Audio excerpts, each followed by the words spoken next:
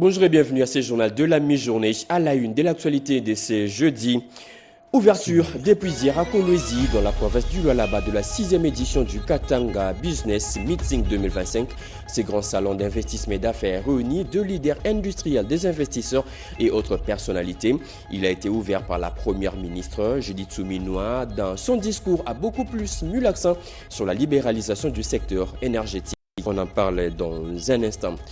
Également, au sommaire des votes, 13h30, les RDC, des nouveaux bons élèves auprès du Fonds monétaire international. La situation sécuritaire n'a pas affecté l'économie congolaise. Les taux d'échange ont bougé depuis 6 mois déjà. Et surtout, pour la toute première fois depuis 3 ans, l'inflation est redescendue sur la barre de 10%.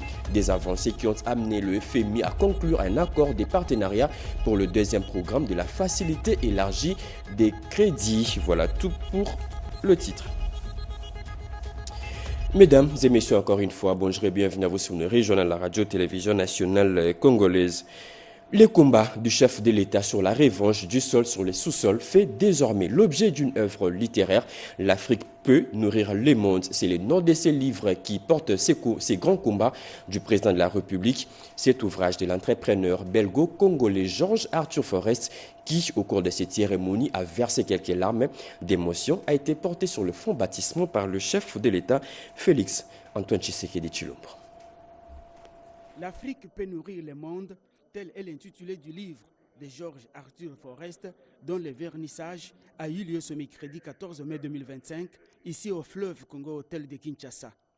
Invité de marque, le président de la République, Félix Antoine Tshisekedi Tshilombo, qui a procédé au vernissage de cet ouvrage qui présente les stratégies pouvant permettre au sol de se venger du sous-sol et sortir l'Afrique de l'insécurité alimentaire. L'auteur du livre, l'homme d'affaires belgo-congolais Georges Arthur Forest, défend la vision d'une Afrique capable de nourrir le monde grâce à ses terres arables, à l'exemple de la RDC qui possède un immense potentiel d'environ 80 millions d'hectares de terres arables. Georges Arthur Forest veut impulser une révolution agricole et mener la RDC vers l'autosuffisance alimentaire. Votre présence m'honore et je dis. Mais en plus, et au-delà de l'honneur, votre présence m'oblige. Elle m'oblige de redoubler d'efforts et d'imagination créatrice. Elle m'oblige à m'investir davantage, à pousser encore plus loin pour que le titre de mon ouvrage résonne de tout son sens. Pour qu'ensemble, conformément à votre engagement et à vos ambitions, dans la continuité de votre action, nous puissions assurer à notre cher Congo sa sécurité alimentaire, première étape vers la souveraineté alimentaire de notre chère Afrique. Portant l'ouvrage sur les fonds baptismaux, le chef de l'État a félicité l'entrepreneur Georges Forest qui a pris à bras le corps son combat de la revanche du sol sur les sous-sols.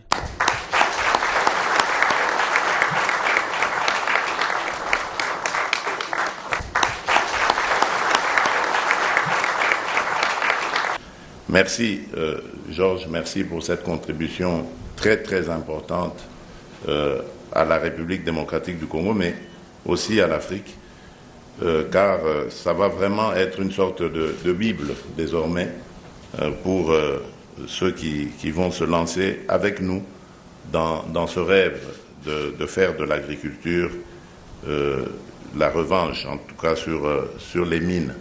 Les mines qui nous ont causé beaucoup de problèmes d'agriculture qui nous permettraient évidemment de sortir de ce cauchemar et de transformer évidemment les attentes de notre peuple en bonheur. Cet ouvrage littéraire a reçu la bénédiction et le soutien du chef de l'État qui tient résolument à la transformation du secteur agricole. Tout s'est clôturé par une séance de photos des familles.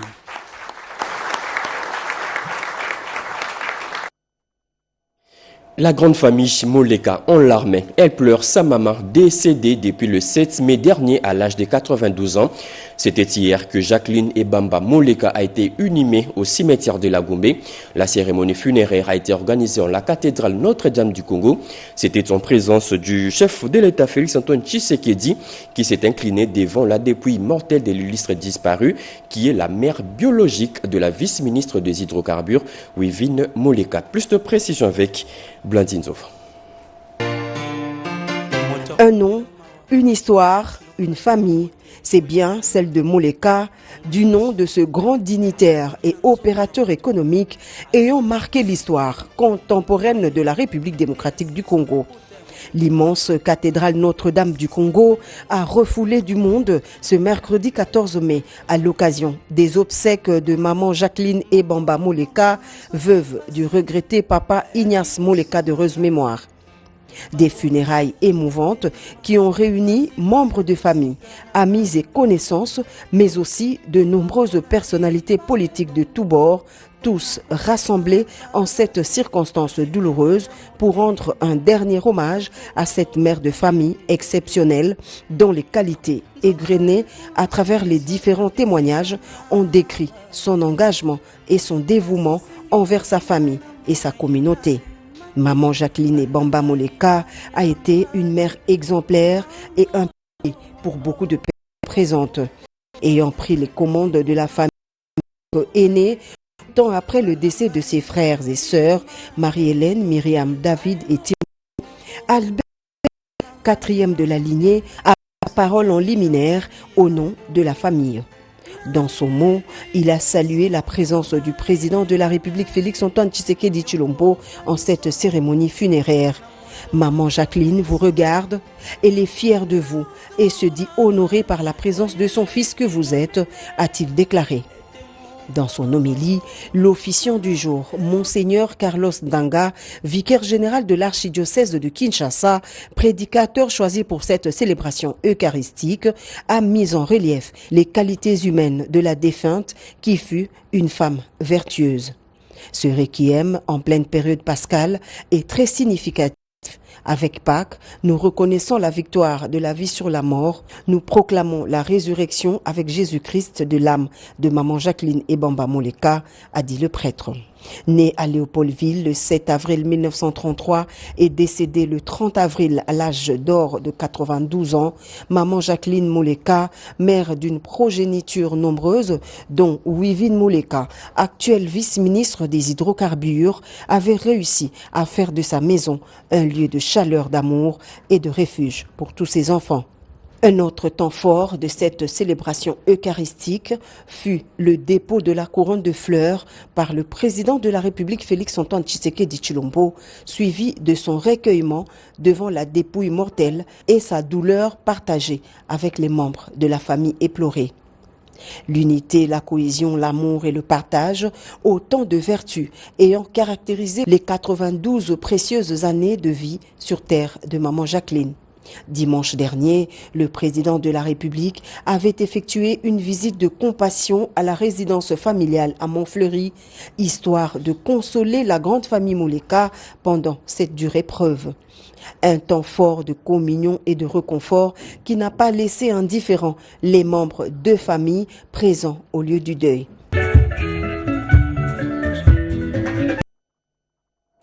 Je le dis au sommaire, ouverture d'épuisières à Kolwezi dans la province du Lualaba de la 6e édition Business Meeting 2025. Ces grands salons d'investissement et d'affaires réunissent une centaine de leaders industriels, des investisseurs et autres personnalités. Il a été ouvert par la première ministre Judith Suminwa. Lors de son discours, a beaucoup plus mis l'accent sur la libéralisation du secteur énergétique. Chimène Dondre nous en parlait. Devant une assemblée de leaders politiques, économiques et diplomatiques, la chef du gouvernement, Judith Suminwa Tuluka, a ouvert la 6e édition du Katanga Business Meeting. Placée cette année sous le thème « Bâtir notre futur », la première ministre a plaidé pour un développement plus inclusif, fondé sur un partenariat renouvelé entre l'État, le secteur privé et les communautés locales. Le développement durable ne peut être durable que s'il est équitable. Il ne peut être équitable que s'il est partagé. C'est dans cette optique que le gouvernement que je dirige s'engage à, premièrement, créer un environnement propice à l'investissement productif, protéger les droits des communautés locales et garantir, en dernier lieu, la transparence et l'équité dans l'exploitation de nos ressources. L'énergie est au cœur de notre stratégie industrielle. Il ne peut y avoir d'industrialisation sans accès à une énergie fiable, compétitive et propre. C'est pourquoi nous avons fait de l'accès à l'énergie une priorité nationale en libéralisant le secteur avec la création d'une autorité de régulation, en renforçant les capacités de la SNEL et en ouvrant le marché aux producteurs indépendants, afin d'obtenir un marché énergétique ouvert et attractif, capable de soutenir et d'accélérer l'industrialisation de notre pays. Judith Souminois a aussi mis en avant le rôle croissant de femmes dans les secteurs clés, réaffirmant la volonté du gouvernement de promouvoir un leadership féminin fort. En tant que Première ministre, chef du gouvernement, je réaffirme avec fermeté l'engagement du gouvernement dans la droite ligne de la vision éclairée de son Excellence Monsieur le Président de la République, chef de l'État, Félix-Antoine Tshisekedi Tshilombo, à promouvoir un leadership féminin fort, à créer un cadre de justice économique et d'égalité des chances et à accompagner les femmes entrepreneurs dans leur ascension. En marge du forum, la chef de l'exécutif central a rencontré le force vive du Lualaba, chef coutumier, société civile, partis politiques, confessions religieuses. Des échanges directs autour de préoccupations locales, emploi, paix, justice ou encore agriculture. 10 000 éléments de la police vont quitter la Penté entre 2027 et 2028 pour la retraite. Au cours de cette même période, la police va recruter 90 000 éléments, des chiffres contenus dans le nouveau projet de loi de programmation de la police couvrant la période de 2025 à 2029. Ces projets de loi estimés à plus de 2 milliards de dollars sera présenté et défendu devant les députés nationaux au cours de cette session de mars par le vice-premier ministre en charge de l'Intérieur. On écoute Jacquemaine Chabani qui s'est dit déjà prêt à affronter cet exercice parlementaire. Nous avons pris l'engagement solennel de finaliser le projet de réforme de la police nationale congolaise. Et ce, principalement pour garantir la sécurité de nos concitoyens. Je partage avec vous un projet de loi majeur qui va impacter nos vies et nos sécurités respectives. Un projet de loi que je compte défendre au cours de cette session parlementaire de mars 2025. Il s'agit du projet de loi de programmation de la police couvrant la période de 2025 à 2029 qui s'articule principalement sur 3 axes. Le premier consiste à renforcer le cadre institutionnel de la police. Le deuxième se focalise sur la professionnalisation de nos forces avec un budget conséquent. Le troisième axe et dernier se focalise sur l'amélioration de la redevabilité de la police pour l'engager dans un dialogue constructif avec la population. Pour concrétiser ces ambitions, le gouvernement de la République s'engage à investir un budget de 2,3 milliards de dollars sur les 5 prochaines années. Cela inclut l'équipement de nos policiers dans les 26 provinces, un recrutement et une formation de 90 000 policiers sur une durée de 5 ans, la mise à la retraite de 10 000 unités au cours des années 2027 et 2028 pour faciliter le renouvellement et rajeunir notre police, et enfin la construction et la réhabilitation de nos édifices pour un meilleur fonctionnement de la police. Ce projet n'est pas une simple réforme, c'est une promesse pour la sécurité, la paix et la justice pour chaque Congolais. La province du Haut-Toué est privée des routes de desserte agricole et aussi, dans certains coins, l'eau n'écoule pas. Des problèmes soumis au ministre d'État en charge du développement rural entourné dans la province par le gouverneur. Devant la population, le ministre Moïndo Nzangi a rassuré de résoudre les problèmes dans quelques semaines.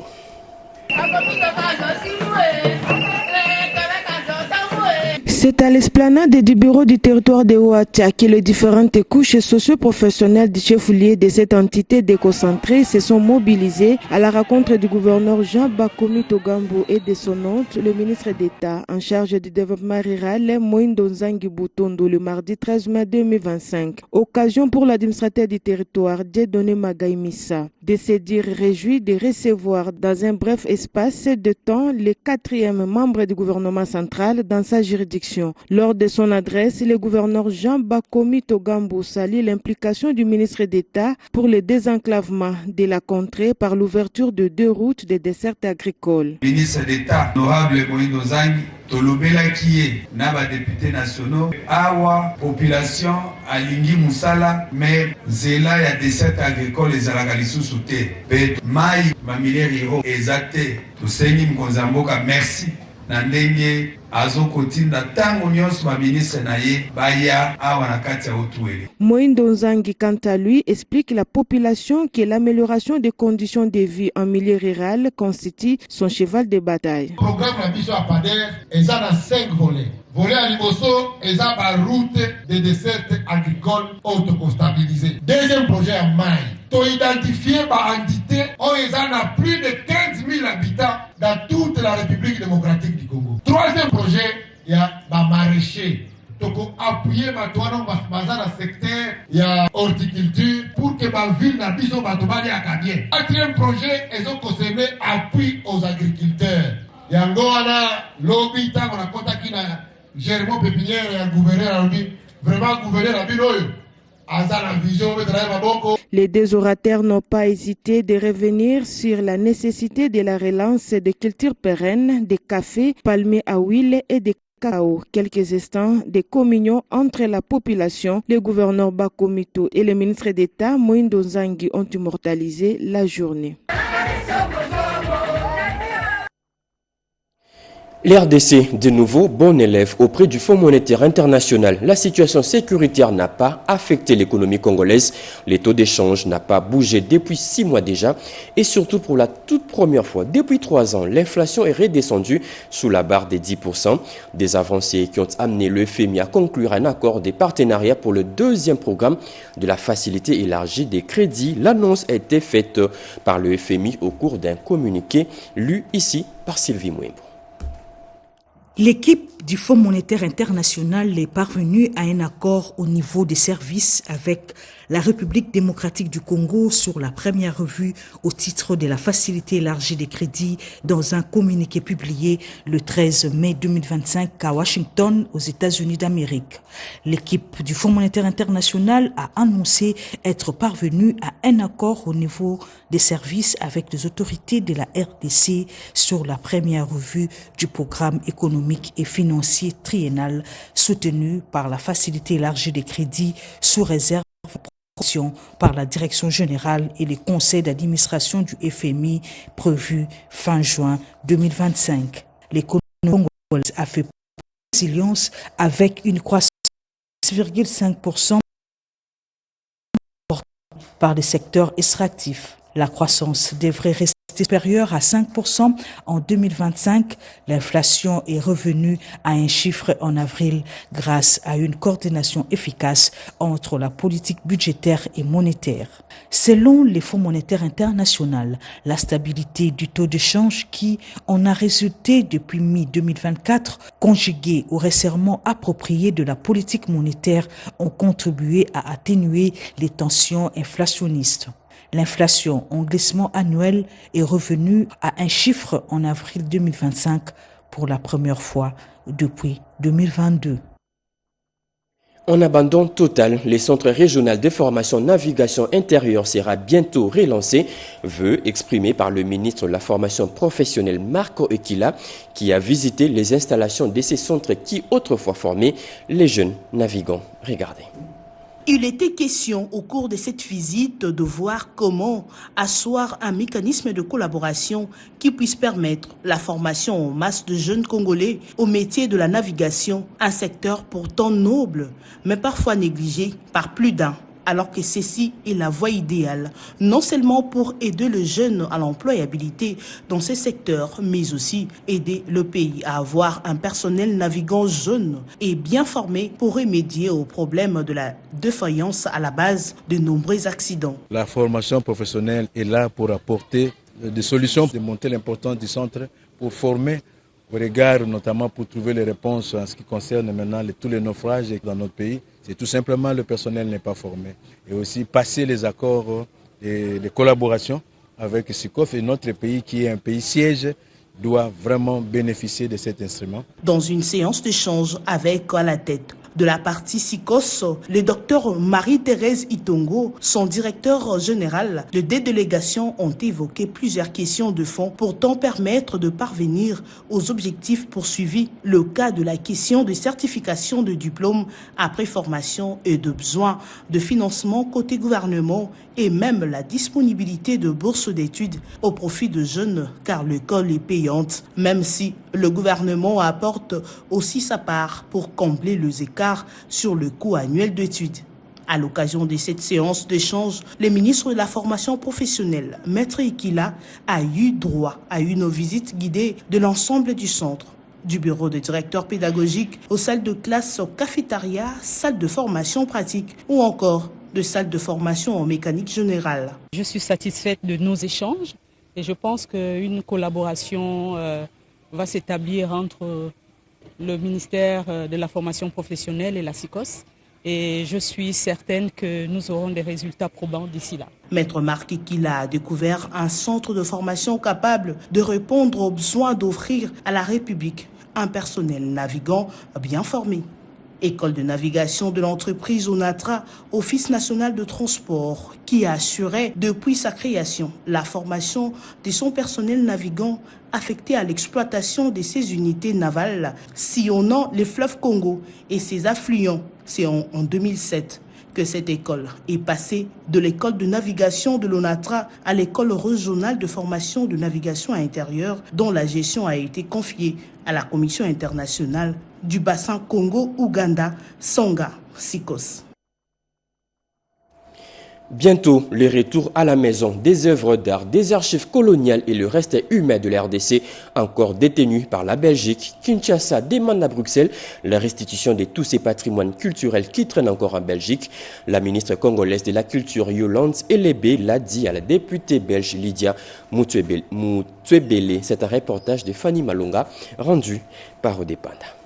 Les échanges entre la ministre de la Culture, Art et Patrimoine, Yolande Elébé Mandembo, et la députée fédérale belge, Lydia Moutiébélé, ont porté notamment sur le processus de rapatriement des œuvres d'art, des restes humains et des archives coloniales, un enjeu de justice historique et de mémoire collective pour la RDC. La question du développement de centres culturels congolais à l'étranger était également au cœur de ces échanges, avec l'ambition de renforcer les dispositifs d'accueil, de création et de mobilité des artistes congolais en Belgique et vice-versa.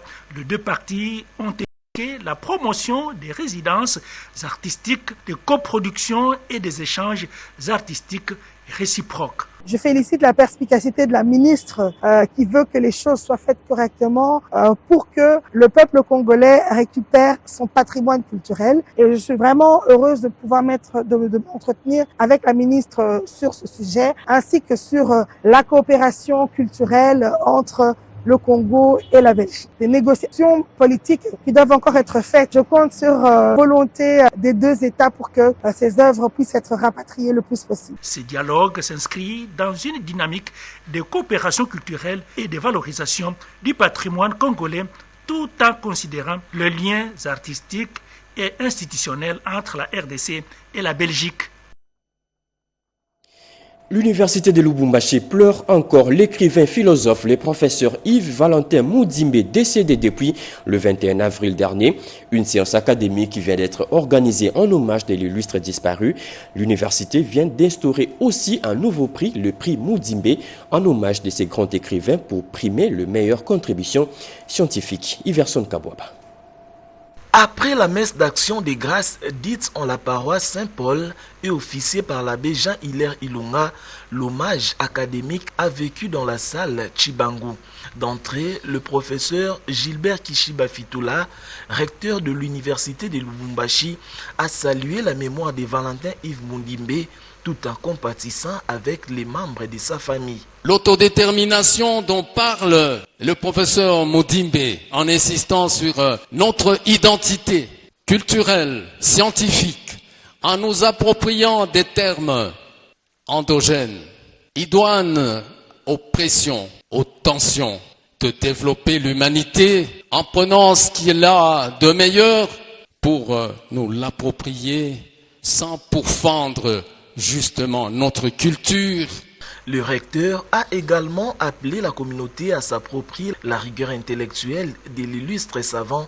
Pour ce faire, le prix Mundimbe sera mis en jeu pour primer les meilleures contributions scientifiques. Inscrit dans la filiation de Valentin Yves Mundimbe, collègue et membre de la parole pour évoquer un hommage discret, exigeant mais profondément humain. Des témoignages liés à la pensée Valentin Yves Mundimbe et à son héritage scientifique ont été faits à partir de Kinshasa, de Belgique et des États-Unis. L'université de Lubumbashi a ainsi célébré une pensée vivante, un savoir libre et palpable au sein de la bibliothèque Mundimbe, forte de ses 10 000 ouvrages légués à l'UNILU. Né à Likasi le 8 décembre 1941, Mundimbe repose aussi à travers ses œuvres. Quelques invités ont couché des mots dans le livret d'or. Les autorités politico-administratives, diplomatiques, académiques et étudiants ont pris part à cet hommage.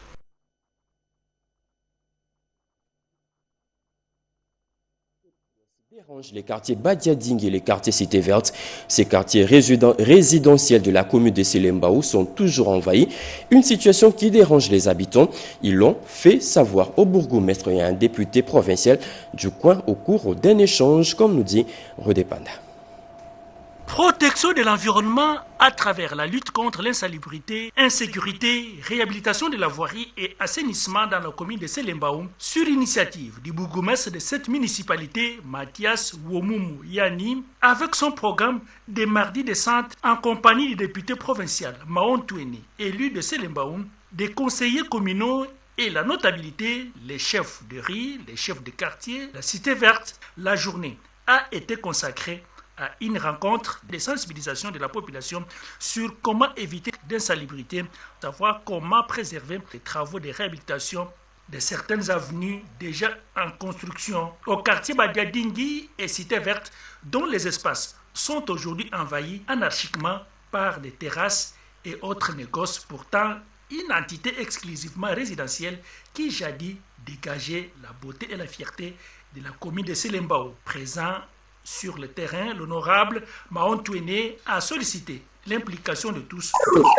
Avant les commissions, c'était le quartier résidentiel. Et aujourd'hui, c'est devenu le quartier commercial. Et nous voulons, par cette voie, que les commerciales qui font des activités à Cité Verte puissent prendre toutes leurs dispositions en rapport avec la salubrité.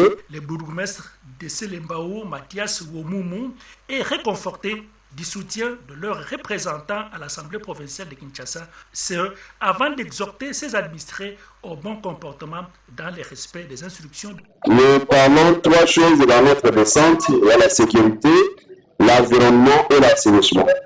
La sécurité, nous déplorons la population de bien collaborer avec les services, le quartier, les chefs de rue. On les a exhortés à la bonne collaboration avec la population. On les a exhortés à pouvoir bien protéger La population de Selembao l'a intériorisé. Elle promet d'emboîter les pas. C'était en 1925, 100 ans déjà depuis que la mission catholique des Sakani a débuté dans la province du Haut-Katanga. Les fidèles de différentes paroisses étaient autour de leur gouverneur pour célébrer avec faste ces centenaires.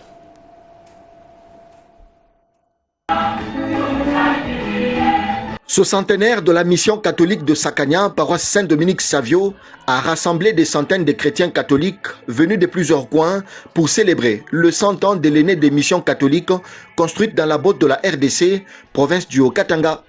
Plusieurs personnalités politico-administratives, dont le gouverneur Jacques Kabula Katwe, le rapporteur de l'Assemblée provinciale, représentant le président du bureau, les membres du gouvernement provincial et quelques notabilités de Sakania ont pris part à cette messe d'action des grâces. Ce centenaire était aussi une occasion pour l'évêque du diocèse de Sakania-Kipushi, Monseigneur Gaston Rouvesi, officiant du jour, de faire le point sur le chemin parcouru et de se redonner un nouvel élan dans la proclamation de l'évangile pour le prochain centenaire.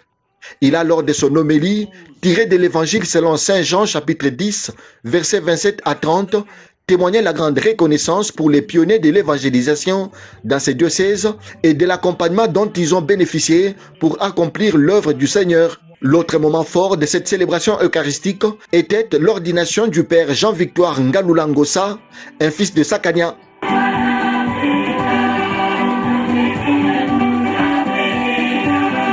À l'heure des offrandes, le gouverneur Jacques Kabula Katwe, en signe d'attachement à la religion catholique, a offert une Jeep 4x4 missionnaire Pimpa neuve pour la mobilité de l'évêque.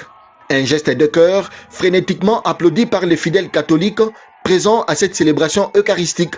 Construite en 1925 par les prêtres salésiens de Don Bosco, la mission catholique de Sakania, paroisse Saint-Dominique Savio, a célébré son centenaire sous le thème « Grandissons dans la foi ». À cette occasion, l'évêque du diocèse a signifié l'engagement ferme et continuellement renouvelé pour l'évangélisation de la bonne nouvelle de Jésus-Christ.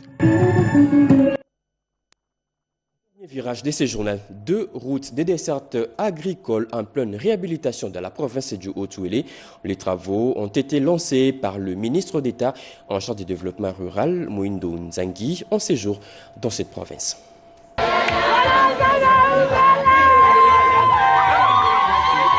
Sesenge, localité située au groupement Tadou, chefferie Logo Gambi, en territoire de Faragé, province du Haut-Ouélé à plus de 380 km d'Issiro, reçoit pour la toute première fois de son histoire de hautes personnalités le mercredi 14 mai 2025. Il s'agit du gouverneur Jean Bakomito Gambou et du ministre d'État en charge du développement rural, Moindo Zangi Butondo. C'est dans une ambiance de liesse populaire et après les rituels des chefs coutumiers que le ministre d'État coupe le ruban symbolique et lance les travaux de réhabilitation de la route de dessert agricole Sesenge-Kitambala-Nzinzi, à la limite avec l'Ituri voisin, pour un parcours d'environ 190 km. Nous ne sommes pas à Kinshasa, nous sommes à Sesenge. Ça veut dire que le président s'intéresse au monde rural, les vrais rural, mais avec une symbolique importante, puisqu'ici c'est une route de dessert agricole, mais qui a un intérêt provincial réel qui va devoir relier des grandes parties de la province du Haut-Ouélé. Jean Bakomito Gambou, dont le plaidoyer a payé, s'est dit très comblé. Le président de la République nous avait fait des promesses, il est en train de les réaliser. Nous lui disons merci. Ce n'est qu'un début. Merci beaucoup à la population de Sesenge, territoire de Faradje, qui nous a bien accueillis et qui continue de soutenir les chefs de l'État. Le président de l'Assemblée provinciale, honorable Justin Zamba, et sa majesté Jean Obote Sirika, quant à eux, n'ont eu de mots que pour dire merci. Les routes sont comme des vaisseaux sanguins dans l'organisme humain. Nous autres, on a comme partout ailleurs, Jean Bakomito Gambou et Moindo Zangi Butondo ont démontré à la population la nécessité de renouer avec la culture des cafés, du palmier à huile et des cacao afin de donner naissance à celui qui renaît à ce centre après plus de 50 ans.